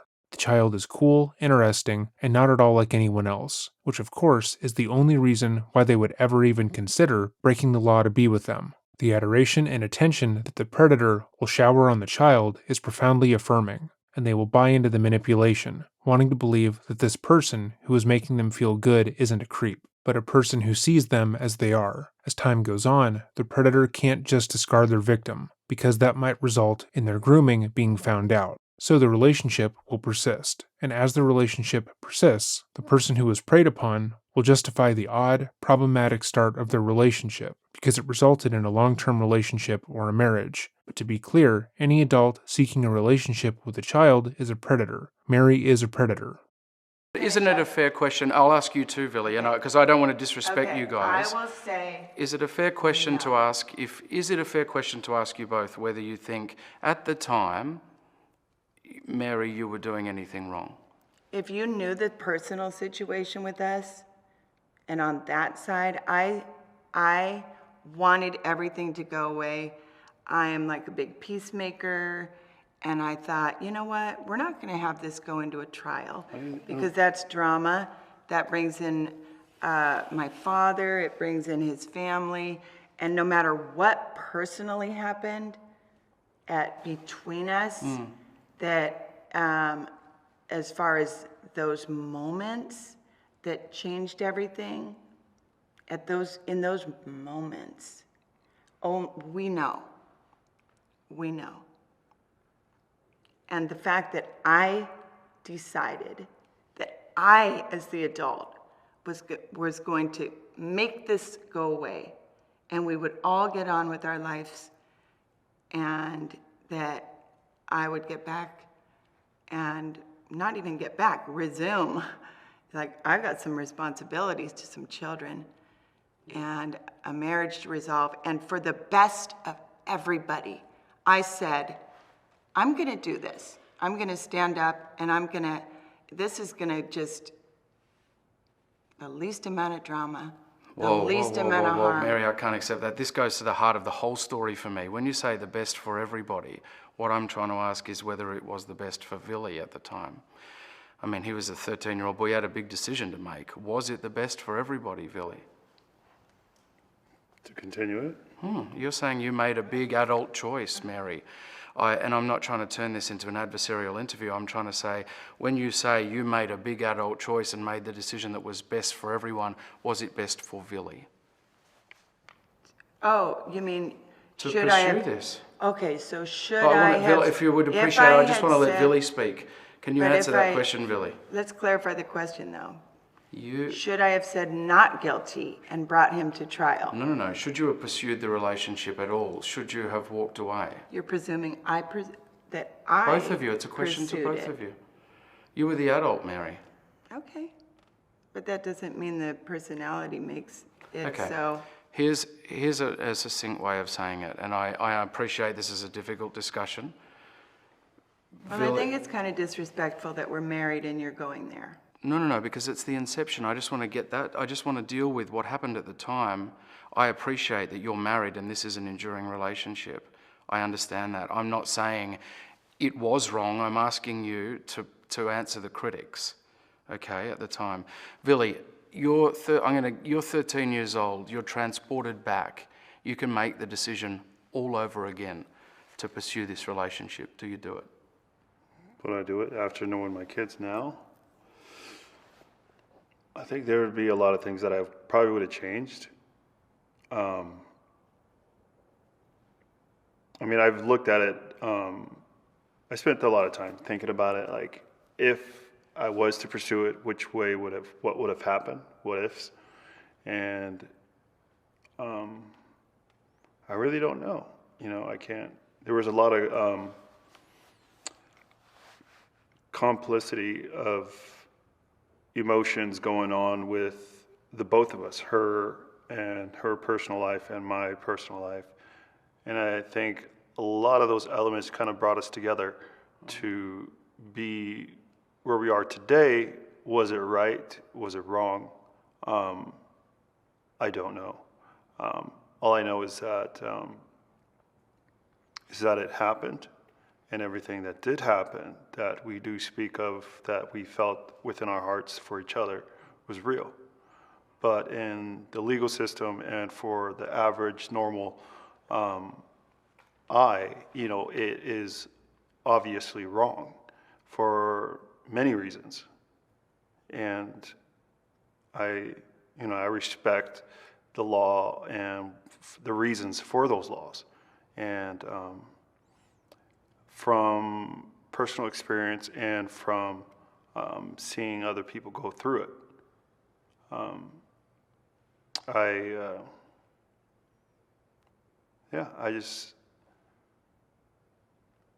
it is what it is. Would you say this? Philly is unpacking a lot from this question, but before we move forward, I think it's very key to point out that while he never says that he does regret it or doesn't, he makes a point to state that not being with Mary would mean not knowing his two daughters, which is likely something that Mary had used against him in their time together, just based on how she acted in this interview. Should Billy say he regrets parts of their relationship, or that she took advantage of him when he was a child, Mary had convinced him that what he was actually saying was that he doesn't love their children and wishes they were never born. Again, her main argument, showing that she did nothing wrong, is that they are married, they have kids. Things ended wonderfully for them. Therefore, she can't say that she shouldn't have sexually abused Billy. This is just one of the effects long-term psychological abuse can have on a person, because Billy has basically been programmed to never question or examine what happened to him in any significant way. Most people have regrets, especially in their first relationship, but Billy is not free to express those regrets, unless he wants his children dangled in front of him. This story, your story, is almost an exception to the law because you fell in love. That makes it all okay. I wouldn't say it's okay, but I think a lot of it could have been handled a different way. Could have been less stressful on the both of us. When they found out about it, I mean, I'm pretty sure this type of stuff isn't new, and it's gone back ages. But our story was the first one to be publicized, and I can't imagine how tough it was to live through that for the both of you. The media storm, the court case. What was it like back then in the eye of the storm? The media, the court. At that time, all I was thinking about through that entire time was how she was doing, and was she okay? And would she be able to get back to her family, her kids? I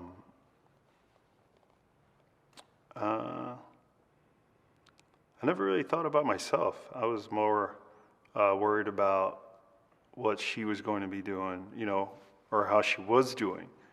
And I kind of felt like maybe they should have gave us a chance to talk things out, or at least work things out. They kind of just cut the contact, between us. And I just think that wasn't right. I think they should have at least maybe supervised visits or something to at least talk things out, or figure out what's going to go. Considering that she had given birth to my child, and it was a real struggle. I mean, there was a lot of things I didn't understand at that age. I didn't know anything about the law. I didn't know anything about raising a family. I didn't know anything about, all I knew was that I loved her. That was it. I didn't know anything. Like I said before, it's basically like anybody who's figuring out love for the first time, their first taste of it, you know, and that was me. And, you know, and then I just think I think a lot of cases just kind of get put into categories. And, you know, they see the highlight of it, but they don't really look at the individuals a little more deeply.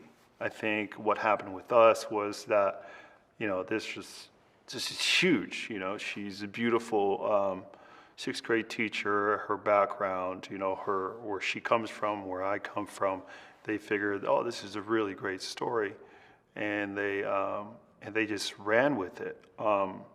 Was anybody caring for her feelings or my feelings? No, nobody really cared about that. And I think, and I'm not trying to play the victim here about any of it. I just think that it should have. There's a lot of things that could have happened, but they didn't. There's a lot of help that we both could have gotten that didn't happen. Have you at any point really felt like a victim? People like to call you a victim. Well, growing up, I've always had people telling me that's not really how I feel. You know, that, oh, she made you feel that way. So I was always getting that. So now that I'm older, and I've grown up and I've been through so many experiences, I know my feelings. I know who I am. I know who I am as a person. I know, and I love every little thing about me.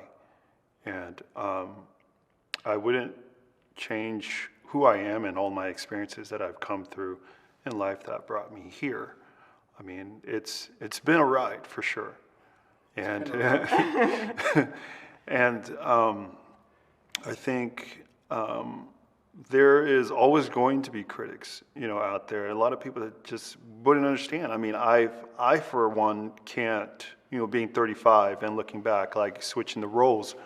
I mean, I for one couldn't do that. When I look at it, I mean, after even raising my own kids and looking back at it, I was like, I for sure couldn't do it. What do you mean by couldn't do that? I mean, just from knowing everything that I know now, I mean, I couldn't, I mean, even without knowing, and seeing a 13-year-old, you know, now, you know, me being 35, I couldn't like look at a girl that young romantically. Is that hard to hear, Mary? Oh, I don't relate that to our situation. But it's the exact same situation in reverse. No, it isn't. Yes, it is. That's, no. But Things it is. things that are not actually the same should not be treated as if they are. But that's, that's from the United States Supreme Court, by the way. I mean, it doesn't even cross my mind, you know, I mean. Guess what? It doesn't cross my mind, and it never did. So I would never. What do you mean it never did? I mean, it did. When I didn't pursue it, but stop, Matt, please. Please. I mean, in her defense, Stop. I mean, the entire time when the relationship. I never pursued it. I never thought about it. And it's never crossed my mind in any. Of course, it's like, I'm not saying the reason there's a deterrent title like that is because maybe there are people that a male that might even consider it. I would say there are people out there. There might be, and there are definitely. I mean, for us, good reason. There's the law is I there. mean, there could I'm even right be with a it. guy that's my age that finds a 13-year-old attractive, and that I don't know. Just for me, I couldn't do it. I don't, and he doesn't. We're saying neither of us think that way, but we're both happy that there's such a law that's But Mary, there. you see what I'm saying? And I'm not Mary saying that she had never considered grooming and sexually abusing a child is like if you were to blow up a target, plead guilty to blowing up that target, go to prison, serve some time, get out, blow up that same target when it's rebuilt, plead guilty again, get released, then do an interview all about how you would never blow up targets because you now own a target. She doesn't seem to comprehend that she did exactly what she's being accused of doing. She was caught doing it, she admitted to doing it, she did it. But saying it is too far. It's also not disrespectful to ask questions like that, especially when she is doing this interview to promote the documentary that she made about the relationship in which she admits to grooming and abusing her husband. You can't be confused that people want to talk about this when you came here to talk about this. I'm not trying to cause an argument here. When you were 34, you did think that way and you did do exactly that. I was pursued and I didn't think about it. I did not think about it. Didn't. But that's not an excuse for any crime, is it? And I'm not saying No, this it's is. not. You can't just go, I didn't think about it, see you later, sorry. No. Morally, I thought about, you know what? I'm not even technically single yet. And he's calling me his girlfriend. And I thought that was, it's like, this is not right. He needs to let me get on with my life and I'll see you later. I'm not saying that in a cold way. It was breaking my heart to know there were two things. I wanted him to move on in his life and experience everything he needed to, all of his dying pledges of love. And I'm like, you gotta go, you gotta finish school, you gotta do this. He was accepted into an one of the big art academies here already back then. And I wanted him to go experience life and I wanted to raise my children. I didn't expect to get pregnant. Where we were at the time, whatever, I am entirely in support of the laws that are there. So you're saying it's night and day, for example, between what you did and the laws that would surround pedophilia. I'm actually was entirely evaluated probably 3-4 times, and there's nothing, not a single trait of anything inside of me that that's pretty loud and clear in any document. That's like That's a child. that's and like a he mental wasn't- yeah. imbalance where somebody has like this, like their attraction, what To they're attracted to, it kind of stops. To prepubescent. No, So again, it's the child's fault, according to Mary at least. well, a child under. No, prepubescent. Well, a It's child, a 13-year-old would qualify. He wasn't prepubescent. Does that He was make a difference? Okay, first, let's go back. How many 13-year-olds are having sex with 13-year-olds? Plenty across the world, millions and billions. Not a lot of them are having sex with 34-year-olds. No, but are they having sex? It's not relevant. It's not, it is absolutely relevant. Are they having sex? I don't see it as Are being they having relevant. sex? Are they having sex? I'm certain that they are, but how does Okay. that relevant to this case? They're not children. They're developed. They're not children having sex with children. They're teenagers. They're doing actually really, and scholastically and across the board with even in legislation, they recognize that 13-year-olds are going to have sex. So should we rip up the laws and say it's a free-for-all, 13-year-olds with whoever they like? No, because there are cases, and it's called strict liability. There are cases where there could be abuse. There could be. So you have to have a law that acts as a deterrent, because there are people who might pursue and abuse a situation.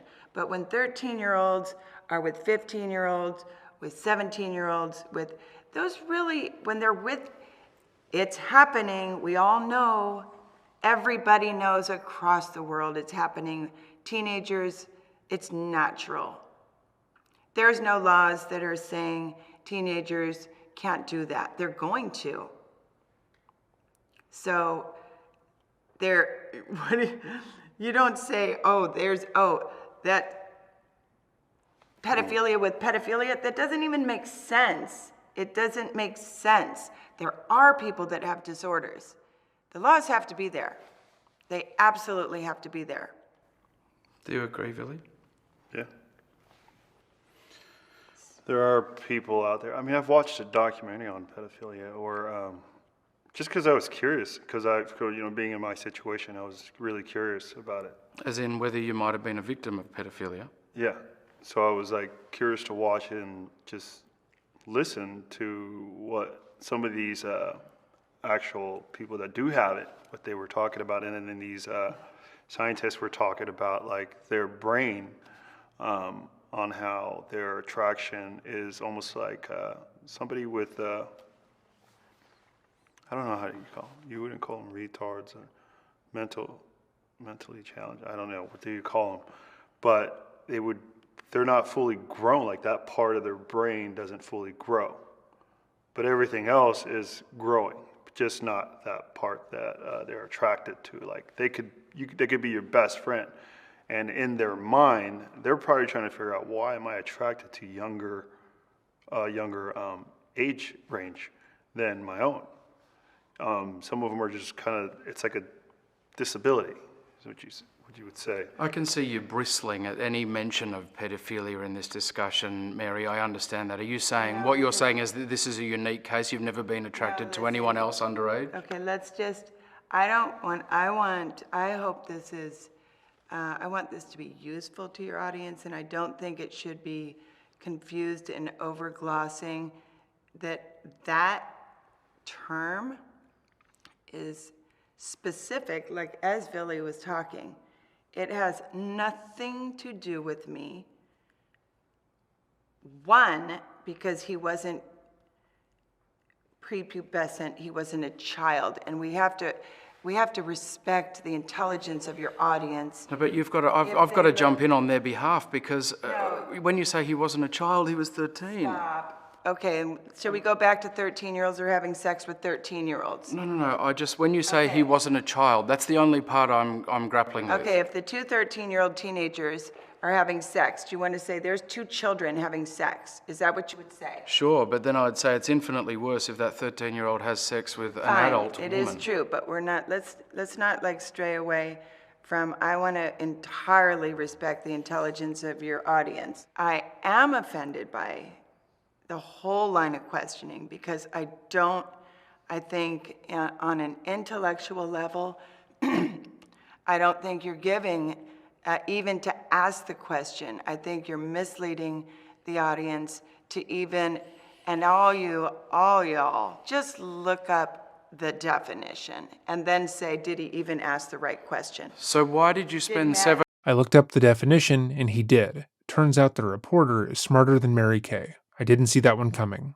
7 years in prison. Why did you spend... Why were you sent to prison? We could talk for 4 hours, and I would be happy to start.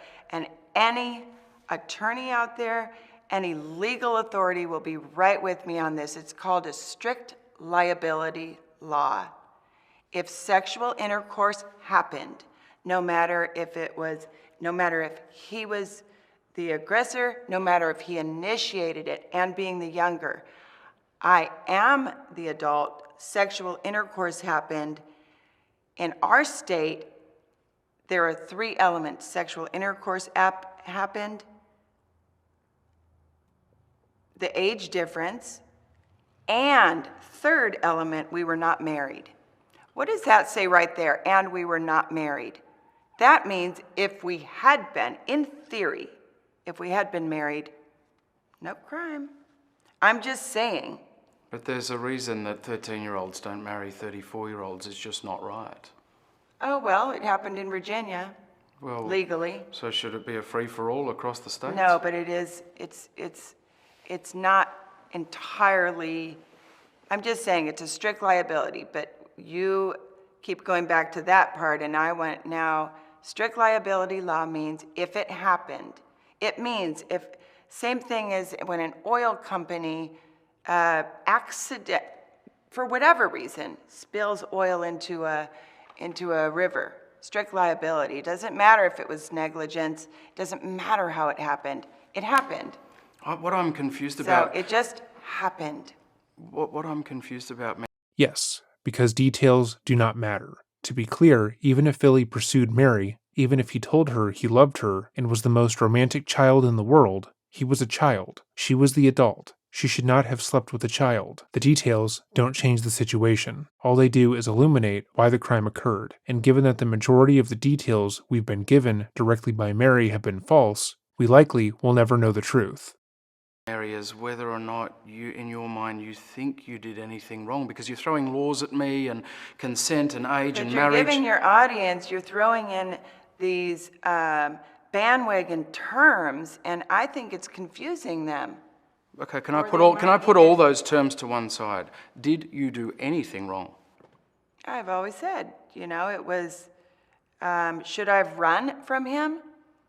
I did at one point say, you have to go. I did. I cried harder than, and I didn't know I was pregnant. But I did say, you have to go. Do you understand? You have to go. It was very hard. I think legally it was wrong. Well, we know legally it was wrong. Okay. We And then now know that. Emotionally, We and, now know that. Emotionally, the connection that we felt for each other. Your answer would be yes or no. I'm going to be the same as you. I would not take back anything. I'm going to say the same as you. And if I could do something different. One, I don't live a day like that. I do my best every single day. And I can look back and say, Mary, did you do your best every single day? And I'll say yes. When you send Every day. When you send your children off now in the mornings, you say, "I love you." Do the right No, go thing. and do the right thing. Did you do the right thing? You know what? I'm not going to continue with you trying to have me answer that question. I told you I did my best every single day, and I lived my life that way, and I did. And in that situation, it doesn't even matter. I did my best. And even that I feel, even at the moment, do I wish I had a different attorney? That's the only thing I can tell you at this point. Should I have had a different attorney? And I say, yes. But at the time, did I make the best choice? He was my neighbor. Was he the best choice for an attorney in this situation? Heck no. Do you think you were wrongly I don't know why she hates her attorney. Her lawyers did the best they could with the case, and to be completely transparent, there's no version of her trial going any other way than her being found guilty. Again, she was pregnant with Billy's child when they were brought to police attention. There was no version of events where she wouldn't be found guilty. Her lawyer was able to get her off originally with less than a year in prison, when her initial charges called for nearly a decade. He did his job. She didn't listen to him and ignored multiple court orders. That's on her. wrongly imprisoned? Absolutely. Why? Because you don't know our story, but we do. We do. You should never have gone to jail? If you knew us, and if you knew the intimacies, which guess what, are nobody's business now. They don't belong. I wouldn't do that to our marriage. I wouldn't go back to that time and put it in a book. I wouldn't have a movie that tried to, the movie out there that is not true. The book out there is not true. Nothing that's ever, it's like, but I've never heard you say that before, that Which part? You shouldn't have gone to prison. I did the best that I felt at the time, the decision that I made. And I tried to take the guilty plea back when I realized I was tricked and coerced into it. I tried to take it back, and it was a few weeks after, and I have said that before, and I think She was not coerced. In this interview, literally just a few moments before, she claimed she took the plea deal originally because she wanted to make sure Billy was okay and she did it to protect him. She never mentions coercion or feeling as if she was forced. Moreover, what would a not guilty plea do? Did she intend on arguing that she didn't sleep with a 12-year-old as she was pregnant with his kid? And if so, did she think she was going to win that case? I'll leave the rest of the interview in the description box down below, as the commentary we would have to add to it isn't relevant to the case. The interview and the documentary did little to change the public's perception of the relationship, and many felt strongly that Billy was still being abused. Shortly thereafter, Billy would file for divorce once again, and the two would legally separate. Multiple sources would come forward and state that Billy did realize that the relationship was not the love story that he had believed it to be, and that he could see it had never been healthy in the first place.